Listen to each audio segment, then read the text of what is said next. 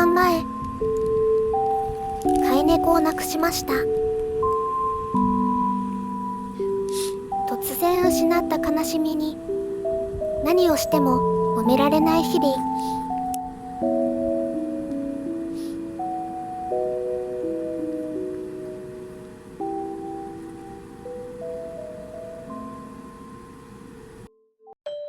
そんな時、一匹の黒猫が現れました。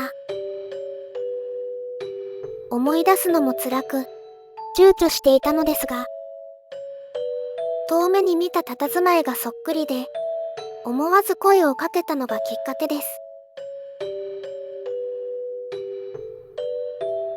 でもよく見ると、とても怖い顔をした黒猫。声をかければ激しく威嚇し、今にも襲ってきそうな勢いで、ご飯も飲み水も全く口にしない。だけどまたやってくる。本当はお腹を空かせているのに、恐怖心から口をつけることもできないなんて、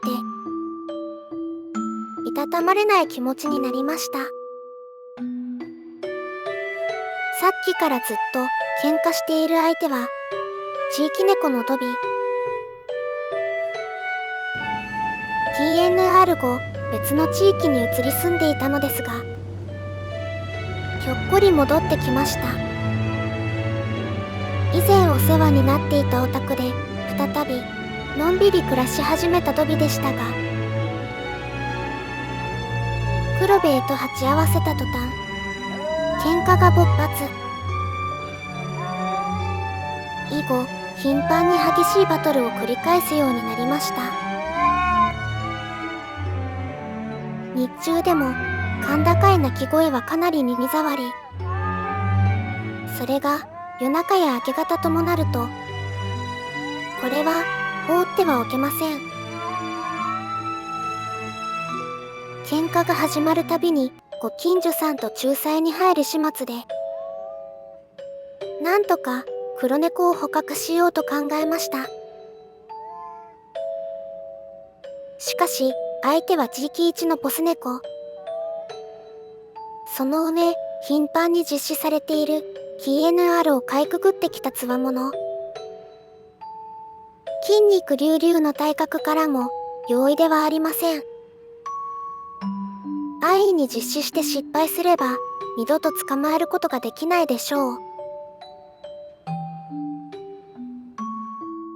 捕獲に向け、喧嘩の仲裁と並行しながら、なんとか手なずけることに。まずはトイレの準備。猫砂を入れて雨のしのげる場所に設置。すると、何かを察知したのか、家に寄りつかなくなりました。ようやく姿を見せてくれたと思いきや、激しく威嚇して、何も口にしない徹底ぶり。定着させるためにも、指向性の高い餌を準備することに。さすがの黒兵衛も空腹前のごちそうにつられ、次第に毎日姿を見せるようになりました。しかし、肝心のトイレは全く使おうとしない。花壇の隅に用を足していたので、猫砂と入れ替えましたが、見向きもしません。そこで、花壇の植栽を撤去して、トイレとして提供することにしました。次は人慣れです。ご飯を食べに来ると言っても、ウェイトを頬張って走り去るの繰り返し。ここから先は、ひたすら猫と人間の我慢比べです。口をつけるまでその場を動かないようにすること2ヶ月余り。やっと落ち着いてご飯を食べてくれるように。しかし、またもや姿を見せなくなり、次にやってきた時は喧嘩の傷を負っていました。怪我のせいで以前にも増して警戒心はマックス。また一からです。ようやくその場でご飯を食べれるようになると、徐々に餌場の距離を縮め、やっと目の前でご飯を食べてくれるように。ただ少しでも体を動かすと蹴散らすように去っていくので、食べ終わるまで動くこともできません。そんな状態が数ヶ月続きました。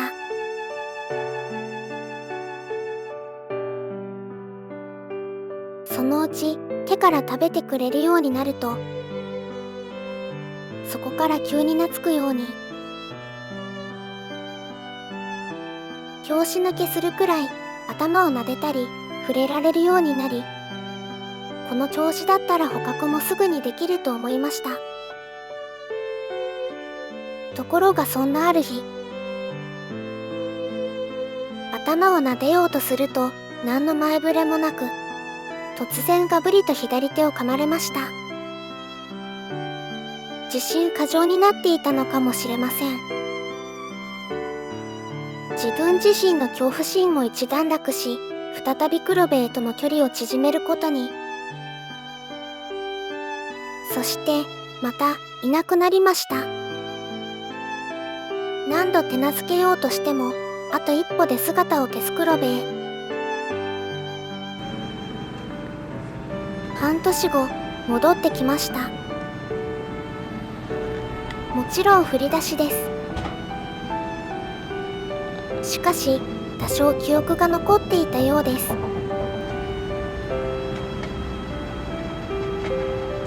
警戒しながらも、再び触らせてくれるようになりました。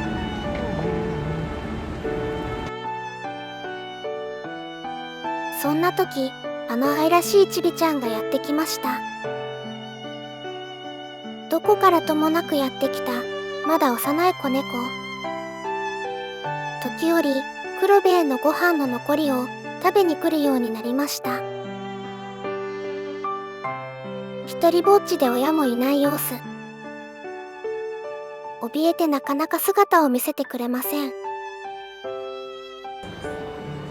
人に懐く前に黒部に懐くようになりました。それでも次第に心を許してくれるようになったちびちゃん。時間のかかる黒部より先に捕獲しようと思いました。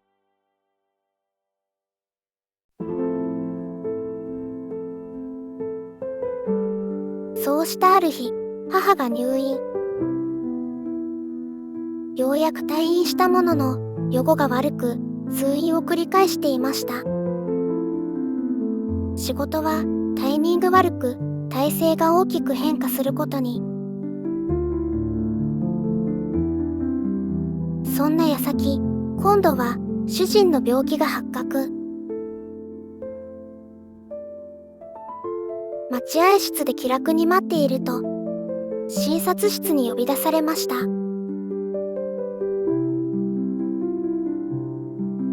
淡々と説明が始まり、すぐに大学病院へ行くように言われました。検査に訪れると、その場で放射線の予約。検査結果を待たずとも、医師の目からは、すでに悪性であることは明らかのようでした。翌週、緊急入院となり、その後の生活は一変。仕事と両立しながら、母の世話と病院を行き来する日々が始まりました。矢継ぎ早に変化する現実に、気持ちが追いついていない毎日。そんな時、ちびちゃんのお腹がだんだんぽっこりと、まさかと嫌な予感がしました。その頃、放射線の治療がピークを迎え、次第に激しい痛みを伴う時期に、痛みに耐え、痩せ細っていく姿を前に、ただ慰めるだけの無力な日々が続きました。ようやく退院できるようになりました。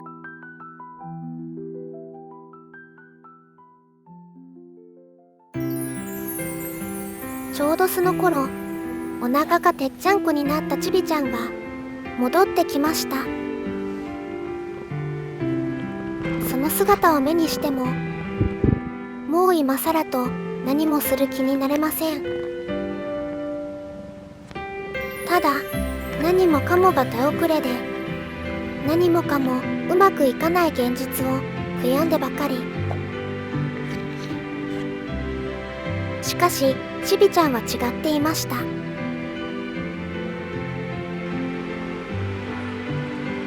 数ヶ月前に見たあの幼い甘えたさんは、もうどこにもいません。おっぱいを晴らし、生まれた我が子のためにひたむきに生きるその姿は、子猫でありながら立派な母親そのものです。日々の忙しさに忙殺され、目の前の現実から目を背けていた自分にハッとしました。生活が落ち着いた段階で、まずは子猫たちを捕獲することに。しかし、居場所が特定できません。そうして1ヶ月が過ぎた頃、偶然目の前で子猫を発見。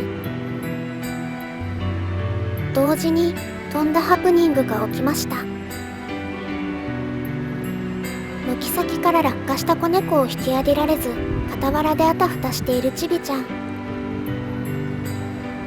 痛な鳴き声に突き動かされ、緊急捕獲です。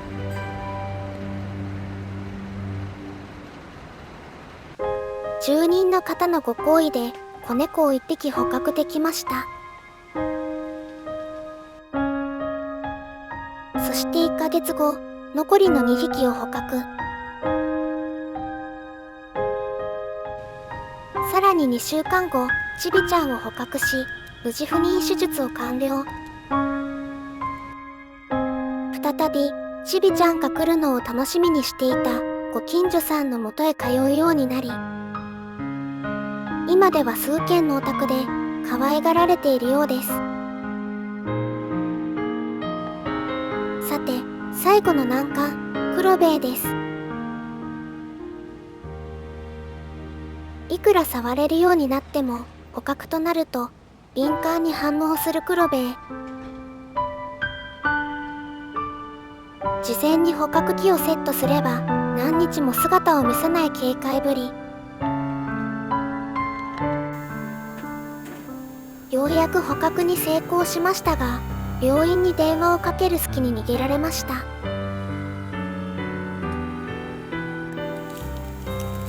それから半年、何をやっても捕まらず、悪戦苦闘を繰り返す日々。再び失敗したことをきっかけに、パタリと来なくなりました。何度も捕まえようとする行動に飽き飽きしたのでしょう。それでも不器用な私にここまで付き合ってくれた。もう会えないかもしれないけど、そんなクロベエに感謝しかありません。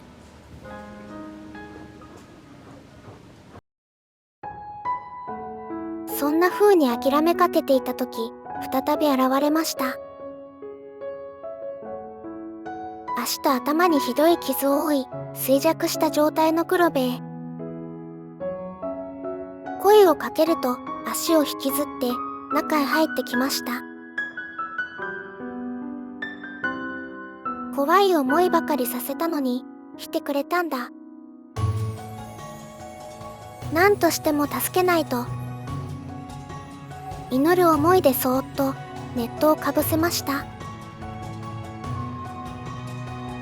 弱っていたせいで全く暴れず、無事保護することに成功。しかし、ここからが大変でした。急に保護したため、病院はどこも予約でいっぱいです。簡単な治療だけでもとお願いしましたが、無理でした。8件目、最後の1件です。こちらも予約なしでは無理だと。後がありません。すがる思いで必死にお願いしました。大きな病院で勤めていた経験豊富な獣医師です。事情を説明すると、見ていただけることに。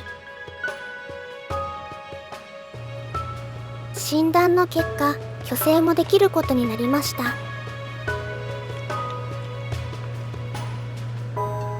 感謝すべき奇跡です。さらに嬉しいことがありました。それは以前にも増して懐くようになってくれたことです。今ではひとしきり甘えてからでないとご飯を食べないほどです。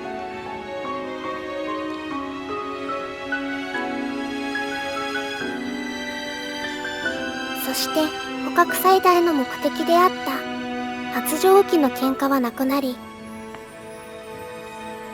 地域一のボス猫は地域一引き分けのいい可愛い猫になりました。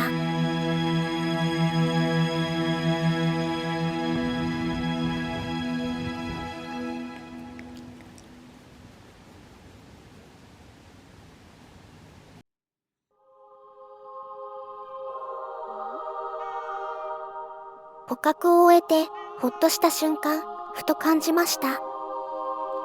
今までのことは全てが奇跡ではないかと。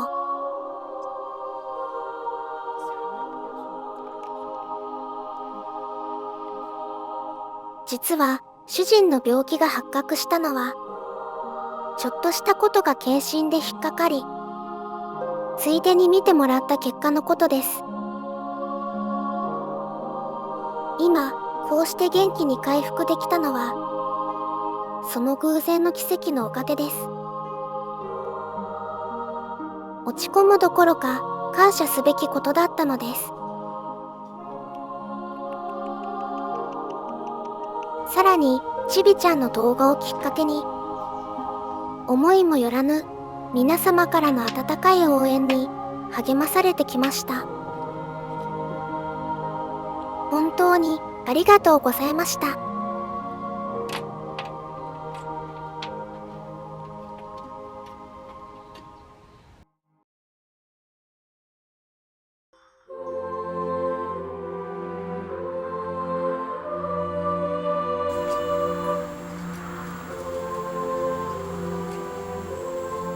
飼い猫を亡くして以来、いろんなことがありました。けれど、本当に助けられていたのは私たちです。どんな時でも前を向くことを、身をもって彼らが教えてくれました。